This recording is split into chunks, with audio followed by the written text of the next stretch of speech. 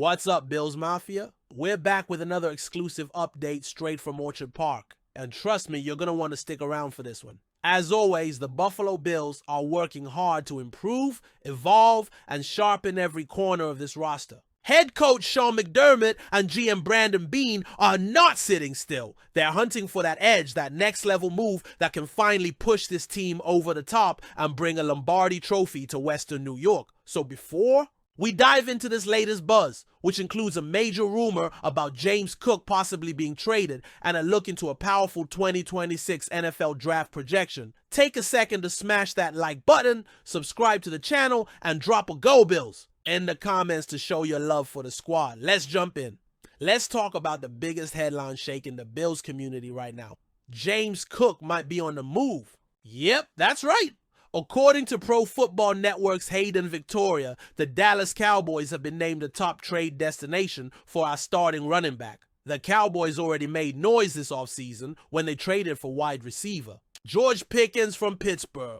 With Pickens now lining up next to CeeDee Lamb, that offense looks terrifying, at least on paper. But here's the issue. They have no solid RB1. After Tony Pollard left, Dallas has been throwing darts in the backfield. Their current running back room is a committee of Javonte Williams, Miles Sanders, Jaden Blue, Phil Maffa, and Deuce Vaughn. Not exactly elite. That's where James Cook comes in. Victoria believes that if the Cowboys want a real three-down back, someone who can be explosive, reliable, and consistent, Cook is their guy. Here's what she said. Cook offers proven production and the ability to carry a full workload. In an offense led by Dak Prescott and supported by a high-powered receiving core, Cook could become the featured back Dallas needs. Now, Bills fans, let's be real. We all know what Cook brings to the table. In 2024, he racked up 1,186. Yards from scrimmage, was electric in the screen game and showed clear signs of RB1 growth. But there's a catch. Cook reportedly wants a contract extension in the $15 million range, and that's where the Bills are hesitant. Beane has built this team with financial discipline, and shelling out top-tier running back money, even to a talented guy like Cook, is a tough ask when you've got Josh Allen's deal, the recent WR reshuffling, and needs on both sides of the ball. Victoria also pointed out that Dallas has the cap space to extend Cook if they want him to be a long-term piece. I know. Cowboys also have the cap space to offer Cook an extension if he becomes a long-term fit.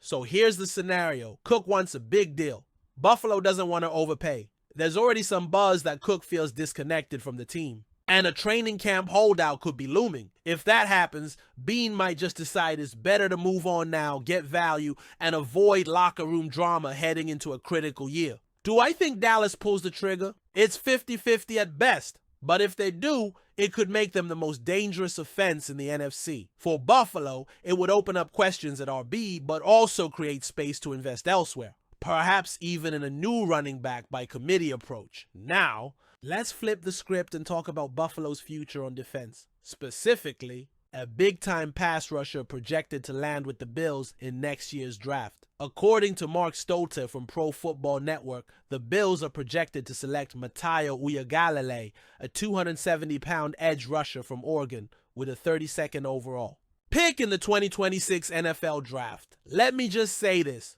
Uiagalelei is a beast. In 2024, he put up 10.5 sacks, 31 total pressures, 24 defensive stops. He helped Oregon dominate the Big Ten and beat Penn State in the championship game. The guy plays like a freight train off the edge, and he fits perfectly in Buffalo's defensive scheme. Big, physical, and relentless is set in the edge. Stolten noted, he fits Buffalo's scheme perfectly. They like bigger edges who can set the edge and hold up against doubles. Sound familiar? That's the same mold we've seen with guys like Greg Rousseau and AJ Epineza. But here's where it gets really interesting. If the Bills end up trading James Cook and don't invest heavily on offense in 2025, it would be surprising, some might say risky, to go defense again in the first round of 2026, especially when Josh Allen is in his prime and needs more weapons. Still, Uiagalelei could be a long-term anchor on that defensive line. And if Buffalo feels confident in the progression of Keon Coleman, Khalil Shakir, and the development of young backs like Ray Davis, maybe the value is just too good to pass up. Alright, Mafia, let's talk about this mountain of a man, Chase Lunt.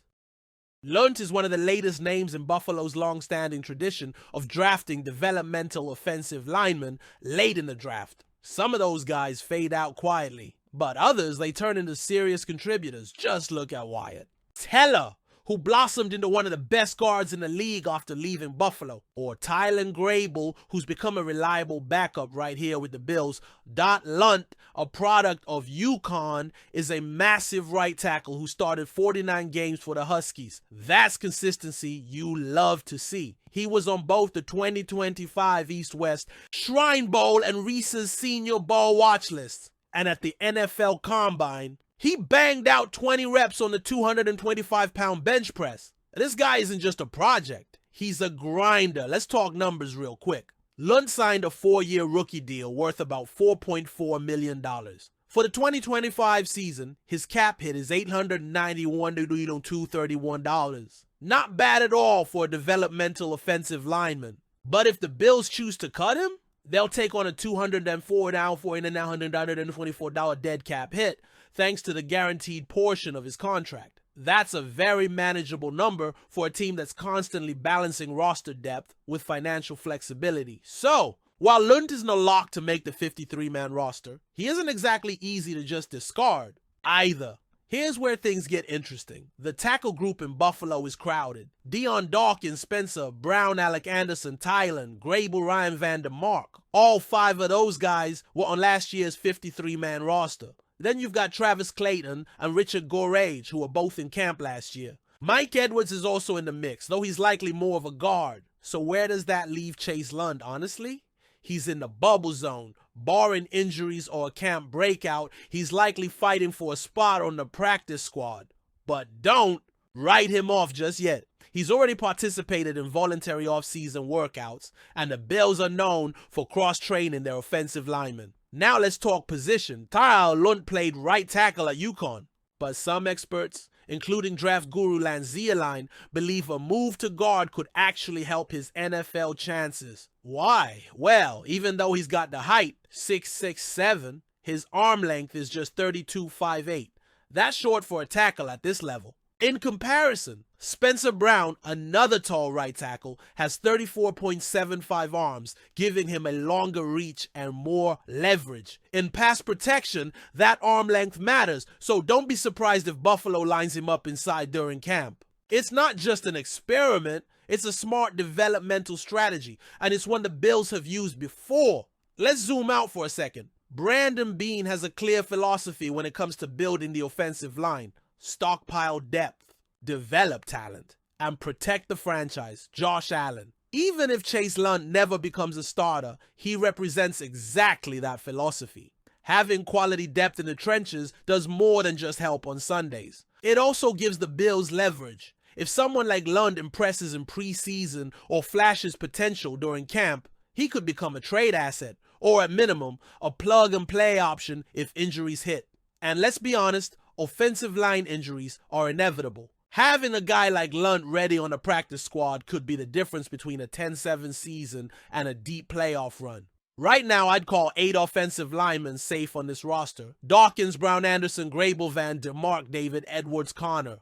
McGovern, Osiris, Torrance. That means there's 1, maybe 2 spots left. Lunt is competing with players like Cedric Van Pran-Granger, last year's 5th-round pick. Van Pran-Granger is probably the favorite for 09, which makes Lunt's path even tougher.